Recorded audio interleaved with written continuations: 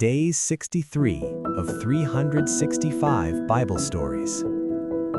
Moses and Aaron journeyed from Midian back to Egypt, crossing the wilderness until they reached the grand palace of Pharaoh. With courage, they were granted audience and stood before the king on his golden throne in the vast audience hall. Moses and Aaron spoke boldly. "The God of the Hebrews has appeared to us. He commands you, 'Let my people go so they may worship me in the wilderness.'"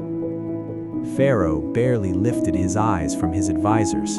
His face hardened with contempt. "Who is this God of yours that I should obey him?" he snarled. "I do not know him, and I will not let Israel go. You are wasting my time." At God's command, Aaron threw his staff to the marble floor. Instantly, it became a live serpent, writhing and hissing before the throne. Pharaoh sneered, unimpressed. "A parlor trick," he said. He summoned his magicians and wise men. They cast down their staffs, and by their secret arts, each one also turned into serpents.